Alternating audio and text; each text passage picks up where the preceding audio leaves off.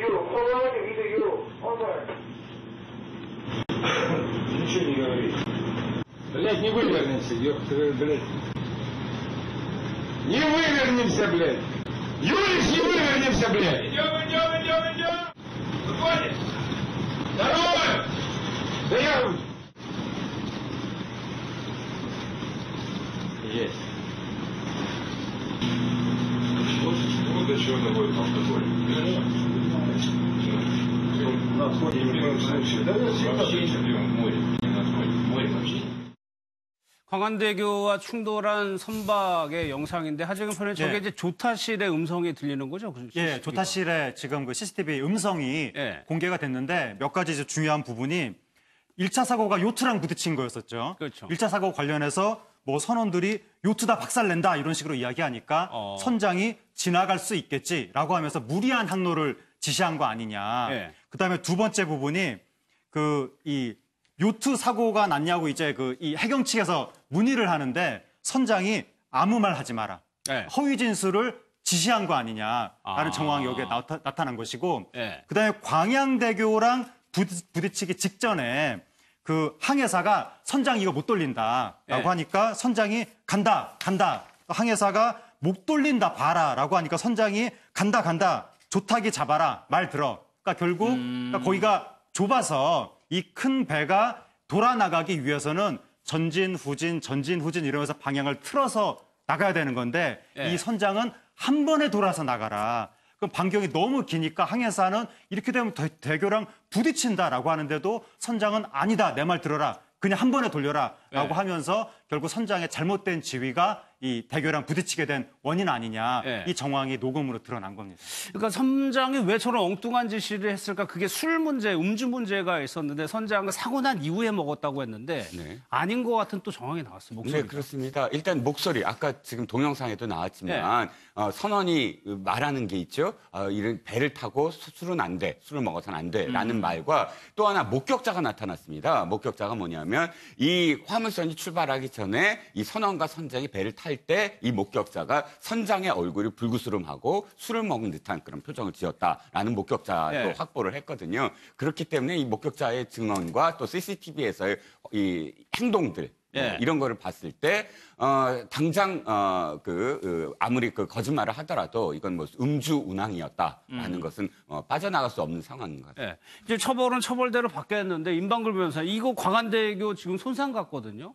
네, 이게 돈 문제란 말이에요? 그렇죠. 이게 이 가로 3m, 세로 3m 규모로 이 광안대교 합판이 찢어졌다고 해요.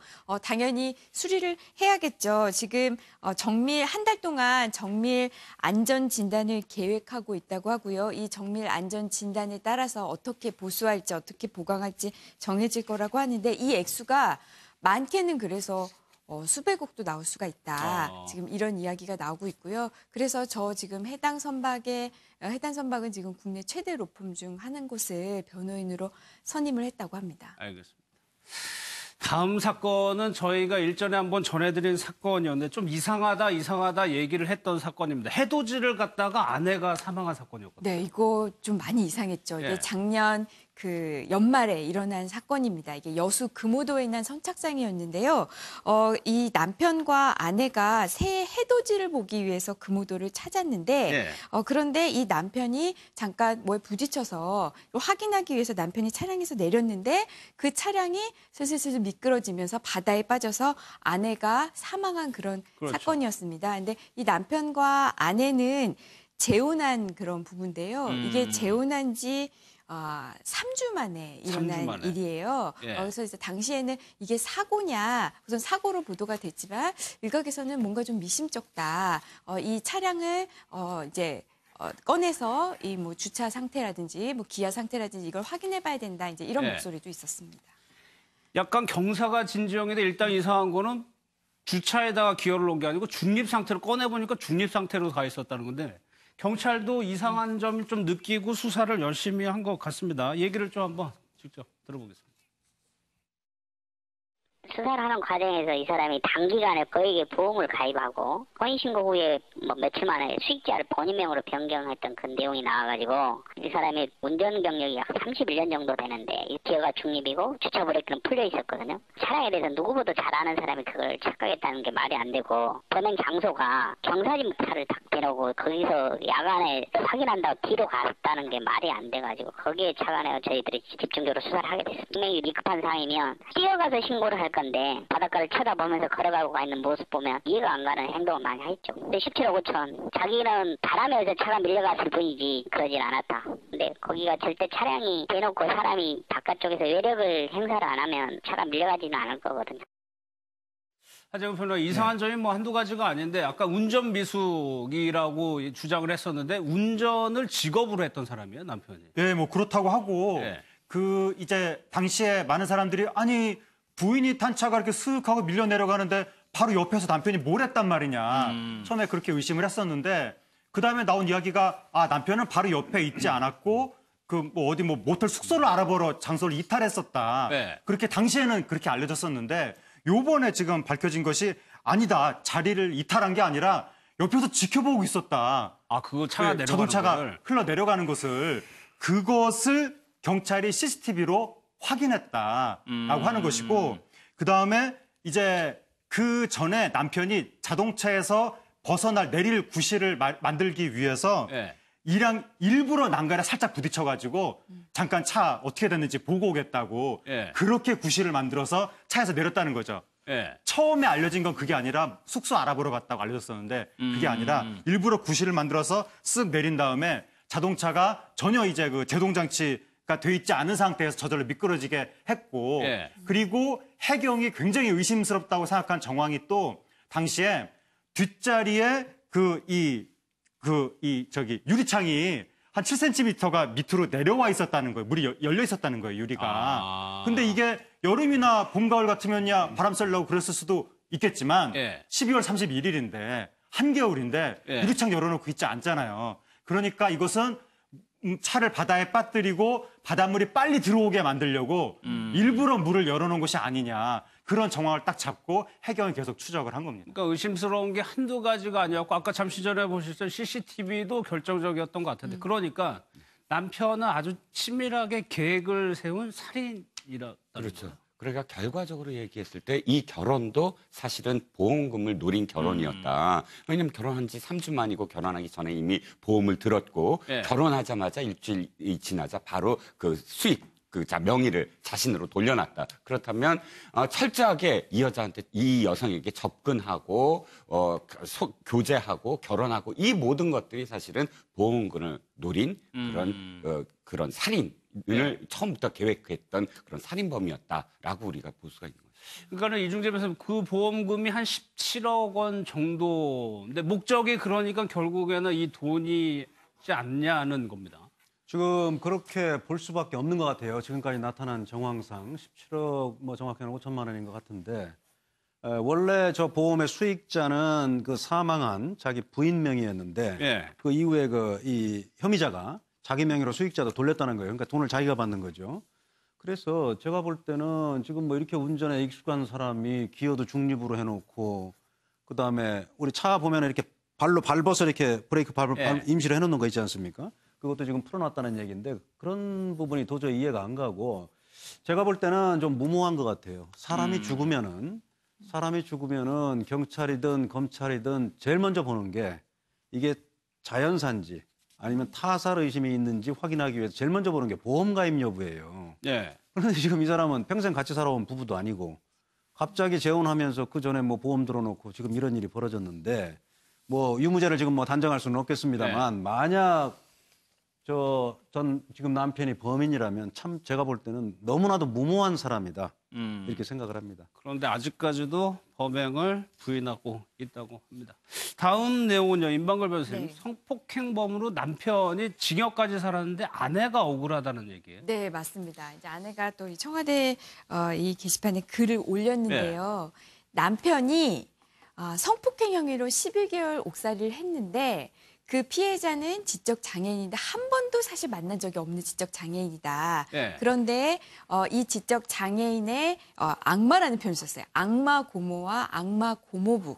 그리고 초동 수사를 제대로 못해서 초동 수사를 제대로 못한 이 경찰의 잘못을 돌리면서 억울하게 본인의 남편이 11개월 동안 옥살이를 했다 하는 사연을 올렸습니다. 1심에서 무려 징역 6년을 선고받았었는데 이 고모 얘기가 나오는데 이게 결정적인 게 그 고모의 진술이었더라고요. 당시에 보니까. 네, 그렇습니다. 경찰이 정말 허술하게 수사를 했더라고요. 그 증언과 함께 모텔을 지목하지 않았습니까? 이 피해자가 이 지적 장애인. 그런데 그 모텔도 사실은 당시에 확인을 했었으면 좋았을 텐데 이 모텔이 아직도 건설이 되지 아니한 상황에서 그 모텔 이름만 뭐 이야기한 거예요. 그런데 그것만이 아니죠.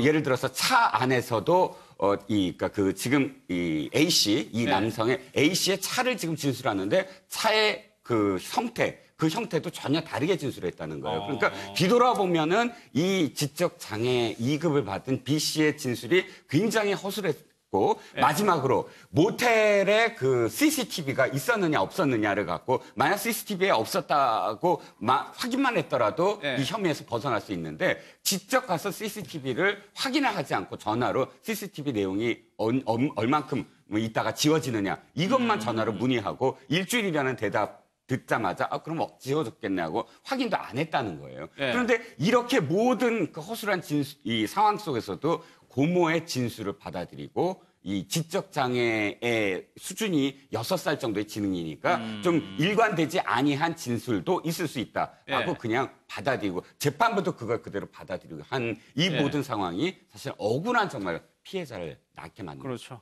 그러면 도대체 하재경 변호사 이 고모라는 사람은 왜 이 결국엔 무고를 한 건데 왜 그랬을까요? 그게 사실 좀 이유가 안 되는데 무고를 여러 건을 했다는 거예요. 그 전에도 이와 유사하게 이웃한 성인 남성들한테 이런 식의 무고를 하도록 유도를 했다. 내지는 뭐 조카한테 지시를 했다. 고모가. 그렇게 이야기가 나오는데 아마 추정컨대는 고모부가 이 18살 당시 이 피해자를 14살 때부터 지속적으로 성폭행을 했다고 하는데 거기에 대해서 이제 자기 남편이 그랬다는 거잖아요. 그러니까 고모 입장에서는 굉장히 기분이 나빴고 그다음에 이 피해자가 18살 이 소녀가 계속해서 문제 제기를 하니까 어쨌든 그 말을 어느 정도는 또 발산을 시켜줘야 되고 그러니까 그 사건을 경찰에 가서 말을 하긴 하는데 내 남편이 저질렀다고 하지 말고 그러니까 벌어졌던 사건인데 똑같이 그 사건을 구체적으로 얘기하면서 가해자만 다른 사람으로 치환해가지고 엉뚱한 사람을 고모부 자리에 딱 세워서 그대로 진술하게끔 그렇게 시켜서 자기 이 조카의 불만을 무마한 거 아니냐. 조카 입장에서는 어쨌든 당하긴 당했으니까 뭔가 좀 억울함을 호소는 하긴 해야 되겠고 그래서 억울함을 호소하도록 하면서 가해자 이름만 살짝 바꿔치기 하도록 고모가 조작을 한 것이 아니냐. 조카가 좀 지적 장애가 있으니까 그런 의혹이 있습니다. 그러니까 이게 이중재 변호사 이게 성범죄 같은 경우에는 진술이 굉장히 중요한데 이렇게 왜곡된 진술을 그냥 덜컥 믿어버리면 안 될 것 같아요. 이게 참 무서운 일인데요. 정말 이런 뭐 성추행이나 성폭행범은 정말 엄단해야 되는 게 맞습니다. 그런데 성 관련 범죄는 대부분 가해자하고 피해자 둘밖에 없어요. 아무도 목격자가 없는 겁니다. 둘 사이에 은밀하게 일어난 일이기 때문에. 그러면 누구 말을 믿느냐에 따라서 지금 뭐 결과가 달라지는 거 아니겠어요? 근데 그 결과가 너무나도 현격한 차이가 나는 거죠. 하나는 무죄고, 그다음에 뭐 가해자라고 지목된 사람의 말을 믿으면 무죄고, 피해자라고 지목된 사람의 말을 들으면 구속입니다. 지금 이 사건에서도 다행히 지금 진실이 밝혀져서 11개월 만에 석방이 됐습니다만 1심에서 징역 6년 선고됐잖아요. 6년. 그래서 우리가 이런 성 관련 범죄도 무조건 지금 피해자 말을 이렇게 듣는 경우에 이런 정말 무서운 결과를 날 수 있기 때문에 정말 증거 판단에 신중에 신중을 기할 필요가 있다고 저는 말씀드리고요. 그다음에 만약에 이렇게 구속까지 되면은 피고인 입장에서는 방법이 하나밖에 없어요.